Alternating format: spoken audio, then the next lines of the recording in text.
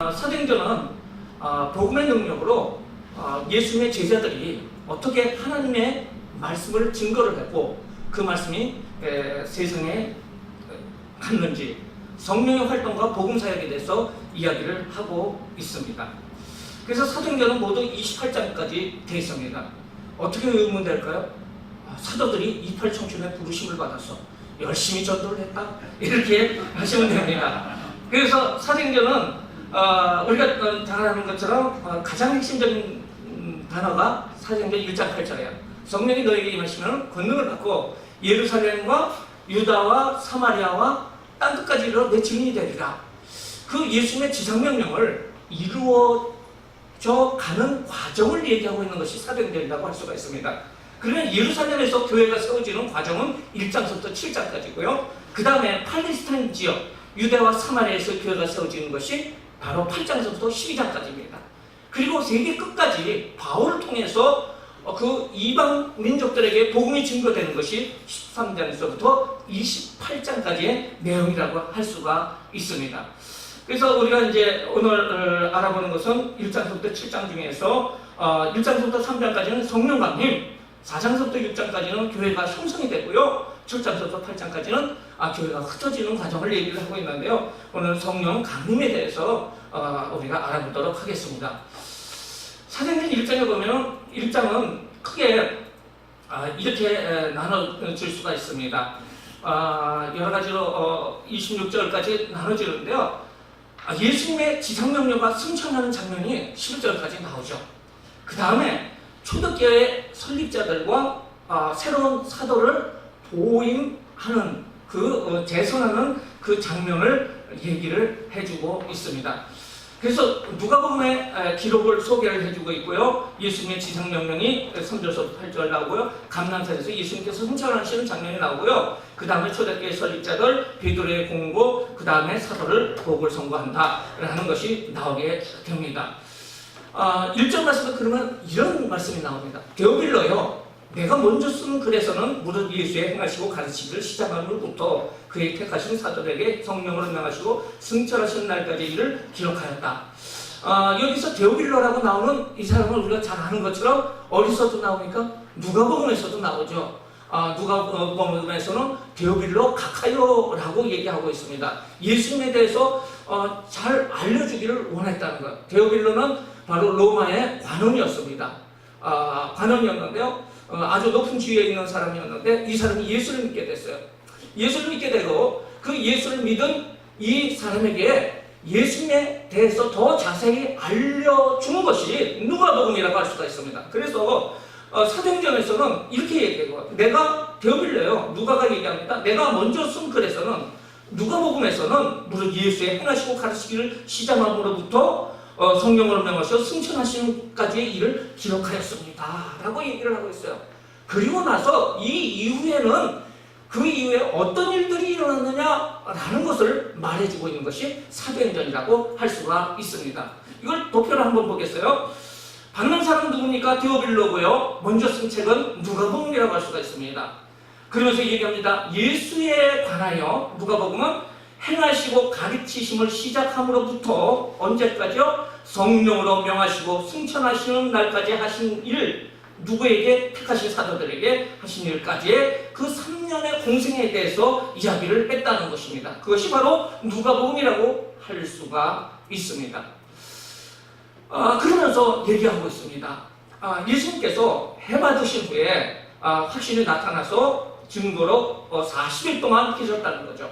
그리고 40일 동안 있으면서 하나님의 나라의 일을 말씀을 하셨다는 거죠. 베드로야, 네가 나를 배반할 수 있어? 이렇게 얘기하지 않으시고 또 다른 얘기하지 않고 요즘에 얘기하는 속된 말로 잡소리하지 않고 예수님께서는 바로 하나님의 나라의 일을 40일 동안 증거하셨습니다.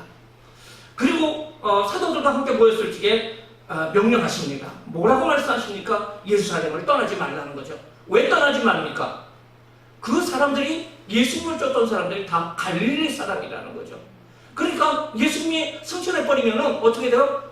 다 고향으로 갈 수밖에 없는 그 상황이니까 떠나지 말라는 거예요. 너희들 좀 기다리라는 것입니다. 그러면서 아버지의 약속하신 것을 기다려라. 그 전에 요한복음에 보면 성령을 주리라고 말씀해주고 계시는데요. 그 성령을 기다리라는 거죠. 요한은 물로 세례를 베풀었으나 너희는 맨날 못해요. 성령으로 세례를 받으리라 이렇게 말씀하고 있습니다. 그겁니다. 예수님께서 말씀하십니다. 40일 동안 해받으신 후에 그 다음에 하나님 나라의 일을 말씀하셨어요. 40일 동안 떠나지 마라, 기다려라, 어리여 성령 세례를 받으라. 맨날이 못되어서 요한이 세례를 베풀어서 나는 너에게 약속하신 그 성령으로 너에게 줄 것이다 라고 말씀하고 있다는 것입니다. 그랬을 적에 그 제자들의 반응입니다. 아마 그들 제자들 중에서는 예수님이 그 부활하시고 또 이런 모습을 보고 야, 이제 하나님 나라가 다가왔구나. 우리가 로마를 대항해서 다시 쿠데타를 일으킬 수 있는, 대항해서 우리가 독립국가를 할 수 있는 그 때가 이제 왔구나 라고 생각하는 그 제자들이 대부분 그렇게 생각하고 있었습니다. 그것은 6절에 이렇게 얘기하고 있어요. 저희가 모였을 적에 예수님께 묻습니다. 제자들이 묻습니다. 주께서 이스라엘 나라를 회복하심이 이때입니까? 예수님, 지금 이곳에 모인 사람들이 한 500명 정도가 되는데 우리가 예수님만 명령하면 쫓아가겠습니다. 예수님만 명령하면 우리가 나가겠습니다. 왜 그렇습니까? 예수님께서는 불사신 아닙니까? 예수님께서는 죽었다가 다시 살아났으니까 이제는 불사신이시고 모든 그 로마의 세력을 이길 수 있는 그 힘을 가지신 분이라는 것을 우리가 눈으로 봤습니다. 이제 쫓아갑니다 라고 얘기를 하고 있어요. 그때 예수님께서는 말씀하고 있습니다. 때와 기한은 아버지께 권한을 주었다. 너희는 알 바가 아니다 라고 얘기를 하고 있어요. 우리가 예수를 믿는 데 있어서 사실은 복받기를 원해요. 내 개인 문제를 해결하기 위해서요 하면서 예수님의 그 구속사역에 대해서 나름대로 개인적으로 해석하고 개인적으로 오해를 하고 있는 경우가 많이 있다는 것입니다. 아닙니다. 하나님 나라를 위해서 하나님의 그 뜻을 행하는 것이 바로 우리가 예수를 믿는 본질인 줄 믿습니다. 예수님을 3년 동안 쫓았고 예수님의 기적을 보았고 예수님의 부활을 목도했던 그 사람들이지만은 그들의 생각은 아직도 예수님의 뜻, 하나님의 뜻을 알지 못하였다는 것을 우리가 오늘 성경 본문을 통해서 알 수가 있습니다. 예수님께서 저희가 모였을 때는 고린도전서 15장 6절 말씀에 보면은 한 500여 명에게 한꺼번에 보이셨다라고 바울이 이야기를 하고 있는데 아마 이때가 아닌가, 감난산 승천하실 때가 아닌가라고 할 수가 있습니다. 한 500명이 모였습니다. 이때 주께서 이스라엘을 회복할 때가 이때입니까? 로마 치하에서 정치적인 독립국가를 형성할 때가 이때입니까? 얘기합니다. 그때 예수님께서 말씀하셔서 너희가 알 바가 아니라 너희 생각이 아니라는 것입니다. 왜냐하면 아버지의 고난이다 라고 얘기를 하고 있어요. 그러면서 얘기합니다. 오직 성령이 너에게 임하시면 권능을 받고 예루살렘과 내 증인이 되라. 예루살렘과 유다 사마리아에 가서 나의 증인이 되라고 이렇게 말씀하고 있습니다. 사실은 사도행전은 이 예수님의 지상명령을 이루어가는 과정을 말하고 있어요. 예수님께서 이 지상명령을 했을 적에 이 지상명령에 따라서 예루살렘에서 교회를 세우고 유다와 사마리아에서 교회를 세우고 그리고 땅끝까지 이르러 교회를 세우는 과정이 바로 사도행전이라고 할 수가 있습니다. 그래서 사도행전의 가장 핵심적인 단어는 바로 이 사도행전 1장 8절이라고 할 수가 있습니다. 근데 여기서 중요한 것이 있습니다. 뭐가 중요해요? 너희들 그냥 아무 일 하지 말라는 거예요. 우리가 봉사하고 충성하고 그렇지게 내 힘으로 하지 말라는 거예요. 오직 성령이 너에게 임하시면은 그 권능을 받아가지고 일을 하라는 것입니다. 많은 사람들 충성하고 봉사하고 일을 함에 있어서 내 힘을 하는 경우가 있습니다. 아닙니다. 성령 받아야 된다는 거죠. 성령 충만을 받고 그리고 그 권능을 받고 일을 행하라는 것입니다. 그리고 그 증인의 삶을 사는 것이 우리 인생의 목적이고 그 예수님의 그 뜻을 살아가는 것입니다. 사도행전이 28장까지 있는데 우리는 29장을 이루어가는 과정이라는 말을 많이 하고 있습니다. 왜냐하면 29장은 없지만은 그 이후에 땅끝에 그 복음, 로마의 복음이 증거된 이후에 이를 우리가 책임져야 된다는 것을 오늘 성경은 말해주고 있습니다. 그래서 예루살렘의 기독교, 그 다음에 어리의 기독교, 유다 사마리아의 기독교, 그리고 땅끝까지 이르러 하나님의 말씀을 증거하는 것이 바로 사도행전이라고 할 수가 있습니다. 한 가지 우리가 또 알아야 되는 것은 여기서 지상명령이라는 것은 예수님이 지상에 있을 때 명령 아닙니다. 지상 거기 땅 지자가 아니에요. 여기서의 지자는 지극히 지자예요. 지극히 높으신 최고로 높으신 하나님의 명령이 지상명령입니다. 그렇기 때문에 그 지극히 높으신 하나님의 명령에 따라서 우리도 이 일을 감당해야 될 줄 믿습니다. 그 다음에 나오는 것이 이 말씀이 이루어진 다음에 예수님께서 하늘로 승천하시는 모습이 보입니다. 어떻게 승천하십니까? 이 예루살렘 성이 있어요. 그리고 헤롯 성전이 있으면은 여기가 위에가 골고다 산입니다.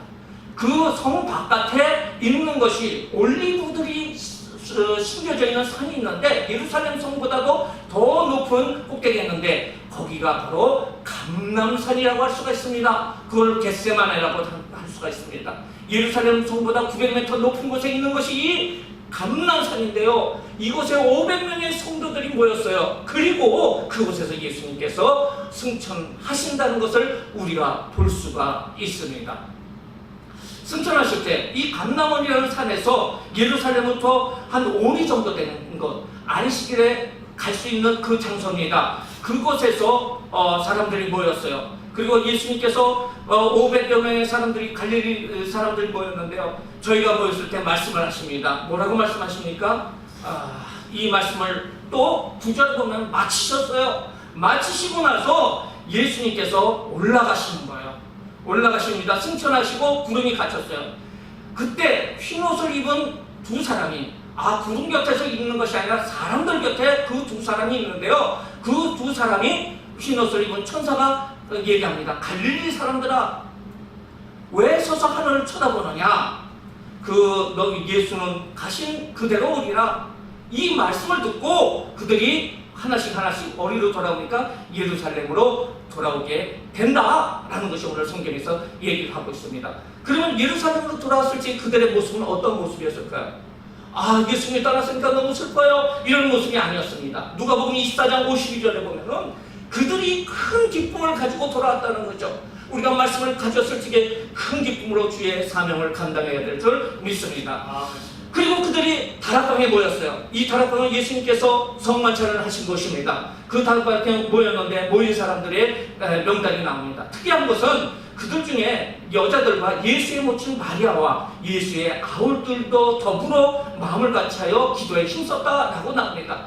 여기에 예수의 아우들은 누굽니까? 그들은 예수님 미쳤다고 하고 예수님의 우리 형이 미쳤어요 하고 예수님을 잡으러 갔던 사람들이에요. 그런데 이 사람들이 이 다락방에서 성령을 받았을 때 그들이 변화가 되고 그들이 초대교회의 유명한 야고보 장로가 되고 그리고 유다서는 유다 장로가 되는 그런 역사가 일어나게 됐다는 것입니다. 예루살렘의 요한은 다락에 모였습니다. 이런 모습입니다. 그곳에 모였을 적에 여러 가지 사람들이 모였고요. 그들은 기도를 합니다. 그리고 그 모인 수가 한 120명 정도 됐을 적에 그 가운데 베드로가 나와서 얘기를 합니다. 무슨 얘기를 합니까? 베드로가 나와가지고 여기서 500여 명의 사람들이 그곳에 있었다고 볼 수가 있는데요. 승천하는 장면에 있었음에도 불구하고 실제로는 그 예수님의 명령을 따라서 성령을 기다렸던 사람은 120명밖에 안 된다는 거예요. 나머지 380명은 각각 자기 집으로 돌아갔다고 볼 수가 있습니다. 우리가 눈으로 예수님을 목격을 하고 병고침을 받고 기적을 체험하고 물질의 가난함을 당하는데 갑자기 부자가 되고 이렇게 하나님을 체험한 사람이라고 할지라도 돌아가는 사람들이 너무 많다는 거예요. 그렇죠? 우리가 끝까지 주님을 따르는 것이 참된 제자의 삶이라고 할 수가 있습니다.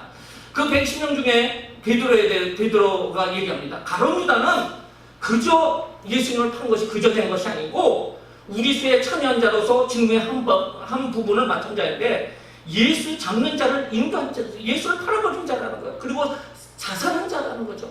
그런데 이것이 그대로 된 것이 아니고 시편 41편 9절 말씀이 이루어진 말씀이다 라고 얘기를 하고 있어요. 그리고 내가 성경을 보니까 시편 109편 8절의 말씀에 보니까 우리의 수를 채워야 된다. 새로운 사도를 뽑아가지고 그 나간 가룟 유다를 채우는 것이 성경적이다 라고 얘기를 합니다. 그러면서 사도를 뽑는 그 기준에 대해서 함께 예수 부활 증거를 하기 위해서 이 사도를, 나머지 사도를 보고를 해야 된다. 사도의 조건은 항상 세례서부터, 예수님의 세례부터 승천하실 때까지 항상 함께 다녔던 자, 그 조건에 있는 사람들 중에서, 대상되는 사람들 중에서 우리가 뽑아야 되겠다 해가지고 두 사람을 보선하게 됩니다. 요셉과 마티아를 추천을 하게 되고요. 그 다음에 기도를 하게 되죠. 기도를 하고 무사람의 마음을 아시는 주요. 이 두 사람도 두 사람의 모든 마음을 아십니다. 하나님 평가해 주세요 라고 기도를 합니다. 그리고선 어떻게 합니까? 보여주소서. 유다를 대신할 자를 보여주소서. 유다는 직분을 감당하지 못했습니다 하면서 기도를 하고 나서요, 그들은 제비를 뽑고 마띠아를 12번째 제자로 삼는다. 이것이 바로 사도행전 1장의 내용이라고 할 수가 있습니다. 오늘 사도행전 1장을 통해서 우리가 알 수 있는 것이 무엇입니까? 하나님은 사람을 통해서 일하신다는 것이죠. 천사를 통해서 일하지 않습니다. 하나님께서는 하나님의 사람을 통해서 일하신다는 것입니다. 교회를 참석한다고 주의를 다하는 것이 아닌다는 거예요. 가룟 유다는 예수님하고 같이 동행을 했지만 그는 결국 배반하는 것이에요. 교회를 다닌다고 해서 하나님을 주의를 하는 것이 아니라는 거예요. 직분을 맡았다고 주의를 하는 것이 아니라는 것입니다. 무엇입니까? 내가 직분을 감당하지 못한다면 타인에게 주어진다는 거예요. 가룟 유다에게 그 직분이 누구한테 갑니까? 마띠아에게 가지 않습니까? 하나님은 사람을 통해서 일하십니다. 그 일을 우리가 해야 된다는 것입니다. 그 일을 하기 위해서는 오늘 13절 말씀처럼 말씀에 전적인 순종이 있어야 된다는 것입니다. 하나님의 말씀에 따라서 이리로 가면 이리로 가고, 저리로 가라 그러면 저리로 가고, 하나님 말씀에 철저히, 하나님 성경 말씀에 철저히 순종하는 자가 그 직분을 감당할 수가 있게 된다는 것입니다. 오늘 14절 말씀에 보면 그들이 그 직분을 감당하기 위해서 한 일이 무엇입니까? 기도입니다. 기도는 주의 일을 행하는데 기본 바탕이라고 할 수가 있습니다. 모든 일을 행하는데 내가 계획하는 것이 아니고, 내가 생각하는 것이 아니고, 먼저 기도하면서 나가야 될 줄 믿습니다. 그래서 오늘 이 성경의 말씀처럼, 이 1장의 말씀처럼 우리가 하나님의 귀한 일을 감당하는 자로서, 귀한 성도로서 사도 행정적인 그런 성도가 되시기를 주님의 이름으로 축원합니다. 아멘.